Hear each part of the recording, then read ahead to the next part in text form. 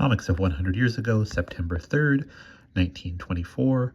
It's Little Orphan Annie by Harold Gray. Annie and Mrs. Warbucks are in a touring car. Annie's got her tea cozy hat on and a little jacket. Mrs. Warbucks has a fur-lined collar on and what looks like a very stupid kind of stylized pilgrim hat. There are two chauffeurs in the front of the car. It has like lantern type things on the side. The windscreen only comes up to about neck height. The bonnet is down. And Mrs. Warbucks says, "There goes Miss Fair." And we have an arrow indicating Miss Fair going into a candy shop. "Annie, run in and buy yourself a big box of candy."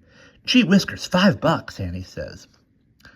Now Annie is at the candy counter giving the $5 to a smiling man. She says, "A $5 box of candy, please, and make it the chewy kind because it's all for me."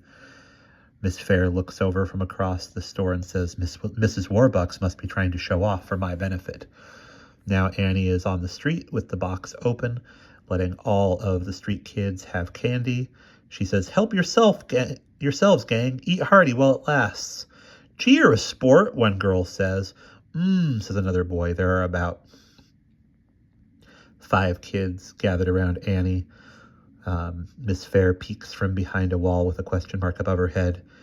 And Mrs. Warbucks from the car cries, "Great Jupiter, what a waste." Now Annie is back in the car with Mrs. Warbucks, who says, "Really, there was no excuse for giving all that candy to those ragged street urchins. What can they ever do for you?" "Nothing," Annie says. "But they have so little, I just couldn't help it."